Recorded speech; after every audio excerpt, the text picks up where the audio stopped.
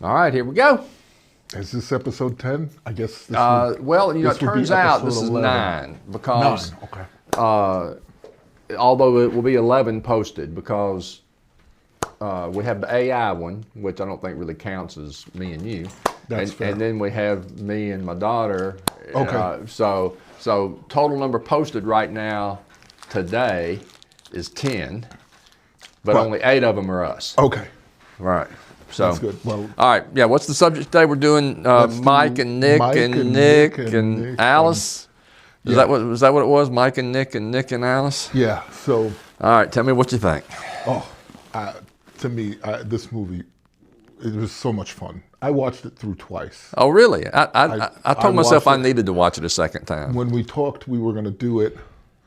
I watched it that night. And then I started again in the morning. Yeah. And then we didn't. Well, why not doing the remote? Yeah, we were going to do it remote. Very quick. This is the no spoiler part. Very quickly, you know, it's a time travel movie because it's in the trailer. Right. And we're burying the lead, Vince Vaughn. But he was the least funny part of the movie, by the way. But sometimes the straight man is the important part.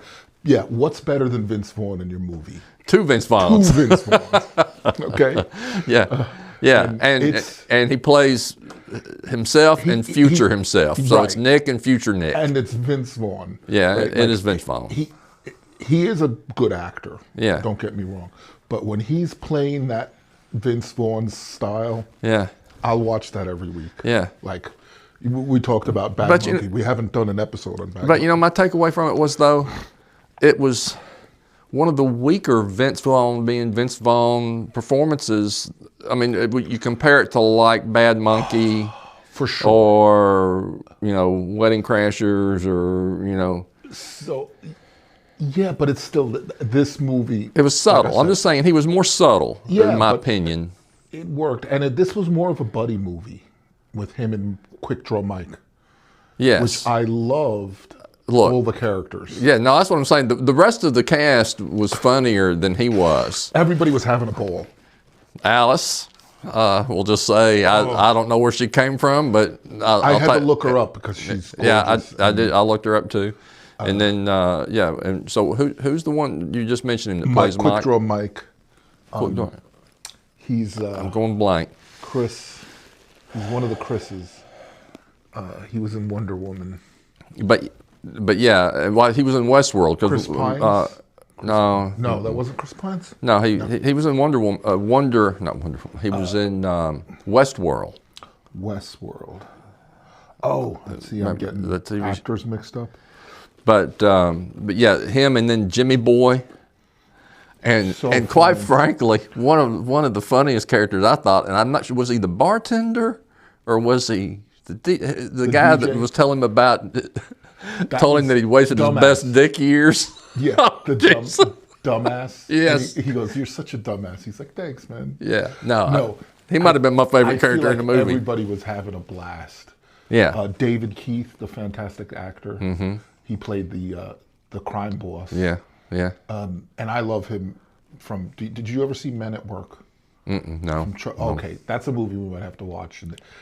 It's Men at Work. It's Charlie Sheen and Emilio Estevez. Oh, okay. Yeah, I'm familiar. Maybe way back in the day I saw it. Yeah. It's a ridiculous thing. David Keith plays this Vietnam vet who gets assigned to watch them because they're garbage men. Anyway, he was having a blast. The whole movie.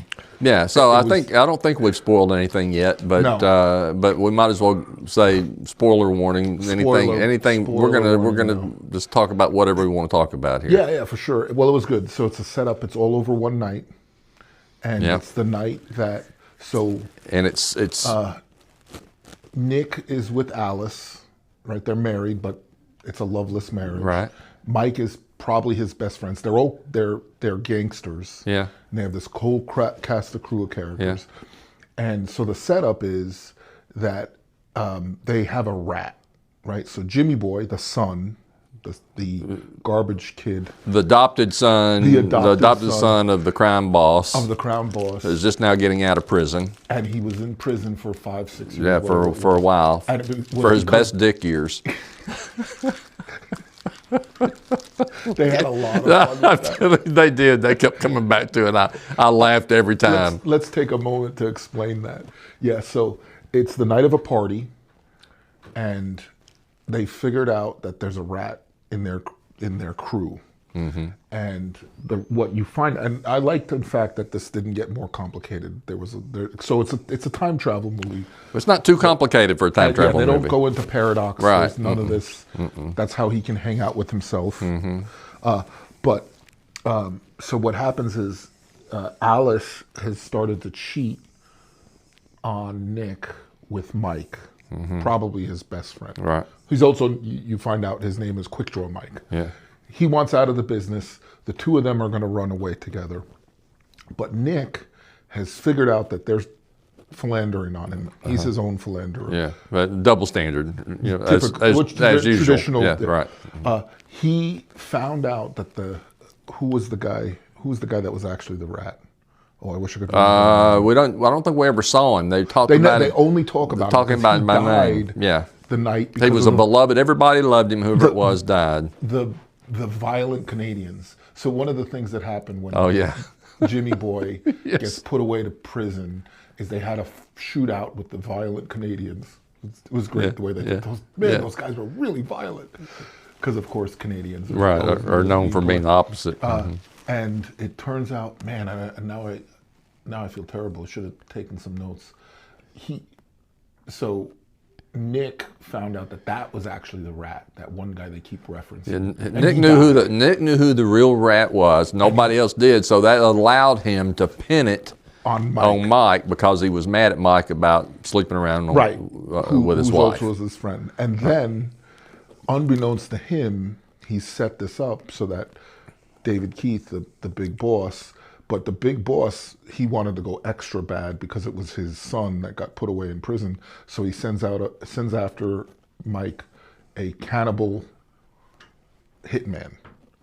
Oh, that was the funniest thing too. That's what I loved. Played by Dolph Lundgren. Dolph Lundgren, yeah, but Hitman Cannibal or Cannibal Hitman, however they were. He kills you and eats you. If you're lucky, he kills you first.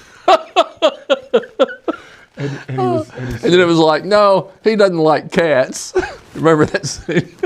Oh my God! No. Look, it's worth watching, right? No, there's so much fun in and we left off the whole time travel part, right? And that's how really the movie opens. Is the scientist is in his lab, and you just see a bright flash, and we don't see who it is, right? But whoever it is winds up shooting and killing the scientist. But that was probably the best Vince Vaughn being Vince Vaughn part. It's like, well, what happened to him? Why can't we fix this? Go back. Well, kind of accidentally shot him. You accidentally shot him? I accidentally killed him, or whatever, yeah. Just a fun, good movie. And then, but remember, we got to go into the part that there was the party. Yes. And then the after party. And then the after party. And then the after party. So they're going around the whole night trying to figure out how they're going to get out of this mess. So that's actually what happened. Is the first time this happened, Nick did this whole setup. The guy gets killed and eaten, and he regrets his best for friend. 6 months. Mike gets killed and eaten originally, right? So he comes back to tonight. But then he regrets it after he does it, and so it's 6-month future Nick comes back to that night. Comes back to try to make things right. Yeah, and I think this is almost in the trailer, but they have the whole joke about the chloroform. Oh yeah, right. Where he tells Mike, because Mike's not the sharpest tool. Mike's not the sharpest tool in the shed. No, and he's not as bad as Jimmy Boy and some of the others, right? Yeah, they're all kind of idiots, but the whole trying to capture the present day Vince Vaughn was a thing. Yeah. They were totally messing it up. Oh, and how about the whole rant in the convenience store on the sugar-free candy? Oh yeah. Yeah. I feel like this is a little rough. Well, and I guess we could call him Bad Vince Vaughn. Because, present Vince Vaughn. He's present day, Bad Vince Vaughn, although after a little convincing, he actually turns and winds up becoming good Nick, I guess Nick. So both of them wind up being good Nicks. But Well, we can also mention the fact that he knows himself enough, so they have this whole setup to try to save the guy from the cannibal assassin. Cannibal assassin. And so he sets up and has another cameo from Stephen Root. I don't know if you know. Oh yeah, I know who that is. Yeah, because they work together on Dodgeball. Okay. So this is their reworking together. So that was great because he knew he would.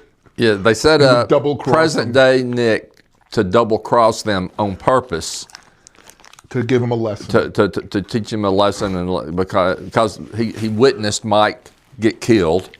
Yeah, and he regretted it. And he immediately regretted it, and that's when they showed him, we were just faking you out because we knew you would double cross us. Yeah. So after they did that, then it becomes truly Mike and Nick and Alice. Yeah. And it's the four of them trying to keep Mike alive. Because after the Cannibal Hitman gets taken out, the crime boss just puts the blanket, everybody, kill this guy. Right. And so they have a huge shootout. It was fun. Yeah. Just a fun movie. And then it has a nice, I guess since we're doing spoilers, this is the part, if you haven't seen it, it was a friend of Alice who created the scientist was a friend of hers, and right? He borrowed money to do it. That's how the mob guys got it. Yeah. Mm-hmm. And they all thought the machine was destroyed. And she goes, well, what about the second machine? And so at the end. Yeah. What do they call that? There was a decision that had to be made, and Vince Vaughn sacrifices himself, and then it ends with both Vinces die because it's the present day one that gets killed, and so the future one evaporates. Yeah, and so they do. So they didn't really go into the paradox or any of that, but they did show at one point. They tested it. Yeah, they tested it. So Nick gets stabbed. Present day Nick. Because he and his wife were arguing about whether or not he would disappear if something happened to present day Nick, and they had different opinions on it. So his wife took a letter opener or a pen or something and stabbed it in his leg. She's probably the straight, because when they introduce her, they bring her in on this. He must have used the time machine. She knew about the time machine. Yeah. And then she knew about the second time machine. Yeah. Yeah. Anyway. Yeah, it's chaotic and fun, and like I said, I watched it because of Vince Vaughn, but it's worth watching because of the rest of the cast. Everyone's having a ball. Yeah. It's ridiculous. They're terrible people, they're crime bosses. Yeah. But they're all comedians, and they're all having a great time. So all right, any I final give words? This one a 9. Huh? I'll give this one a 9. A 9. All right. So worth watching. You can start to see my standards for things. All right. All right.